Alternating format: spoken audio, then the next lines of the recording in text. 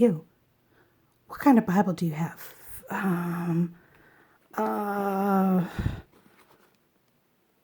The Holy Bible? Hi, welcome back to our Bible study on how to find our way around the Bible. This is class 4. Why are the Holy Scriptures called the Bible? Well, the form that we now have for a Bible didn't always used to be that way. Long ago, printed and written words were written on scrolls. Do you like my scroll? Just like what we see here. And it was basically a long piece of papyrus that had 2 spindles, and you could unroll it and read what you wanted. The trouble is that a lot of times what you wanted, when you rolled these scrolls back up, one scroll would get a lot more paper than the other, and what you wanted might not be on the side you wanted, and you'd have to unroll all the way to the other side to find, ta-da, this is what I wanted to read. Now that might not seem too bad of a problem, but when you consider that these scrolls were often very long, now you can see right here, these scrolls extend from the front of the building all the way to the back of the building. So if something was on one side, you could see how when it's rolled up, that's going to make it hard to navigate. Now, about the time of Christ, they started experimenting around and they came up with this new idea. Why don't we take sheets of papyrus?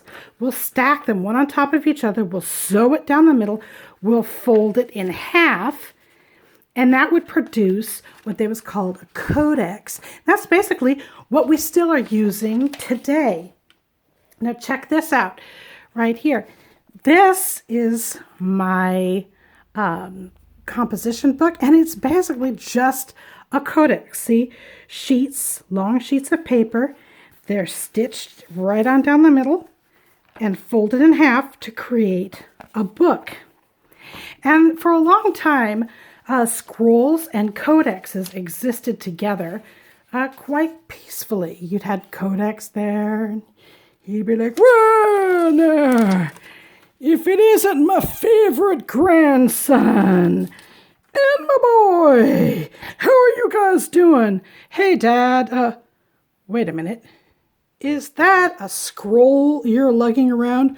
Well, I like to... Dad, why don't you read the codex that Martha and I got for you last Christmas? Oh, I can't understand how to use that technology. It's beyond me, boy. Dad, come on now. I'll come over this weekend. I'll show you again how to use it. No. Scrolls were good enough for me as a boy growing up. Dad, come on. Codexes are great. Codexes are wonderful. Nothing will ever beat a codex. Blink. Pardon me, Dad, I need to get this text. Tappity, tappity, tappity, tappity, tappity, tappity, tappity, tappity. Ouch, son. Ouch. But where on earth did Bible come from? Because so far we just have codexes. Well, once again, you go way back to the beginning, Egypt, where they produced papyrus. But to put it all into all these sheets of paper was a lot of work. And the main place, one of the main ports, was a port in what is today modern-day Lebanon called Byblos. They actually named paper and these codexes that they made from it, they called them Bibles, and they called papyrus Byblos was their word for it. And because so much papyrus came out of this port city, and so many of these Bibles were being produced that pretty soon just about every book was called a Bible. But because there was such a high demand for holy scriptures, and there was just a huge market for them, and a lot of that papyrus went into producing Bibles, pretty soon the Holy Bible became kind of the standard. Whenever you hear a Bible, well, because most of it was coming out of Byblos there. And that's how Bibles became to call Bibles. But I bet you're wondering, well, what kind of Bibles are there out there? Well, there's two kinds of Bibles. The first are translated. That is where they read something out of the original Hebrew and Greek, and they translate that into English.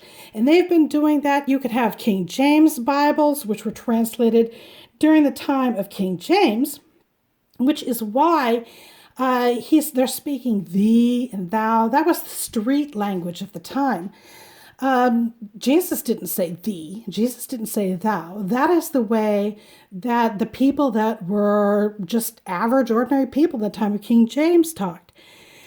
There's also the paraphrased Bible. Now, paraphrased is when I read something in English and then I try to just paraphrase that into an easier to understand language.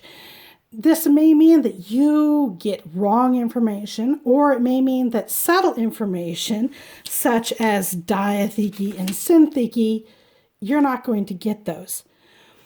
Whatever you're going to choose, just make sure that the type of Bible you get is not politically correct. If someone's coming along and saying, oh, we have this new politically correct Bible for our era, just do yourself a favor and throw that away. If you do have questions about which kind of Bible might be best for you, just message Pastor Joel and we'll be glad to go over it with you. Well, that's all I have for today. We'll talk to you later. Bye.